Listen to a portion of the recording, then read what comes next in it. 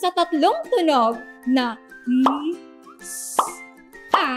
marami tayong pwedeng gawing laro. Ibabahagi ko naman sa inyo ang ilang blending activities na pwede ninyong subukan.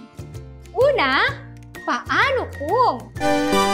Lahat ng tanong ay magsisimula sa paano kung. Tama! Paano kung mayroon akong at Anong salita ang mabubuo? Ma!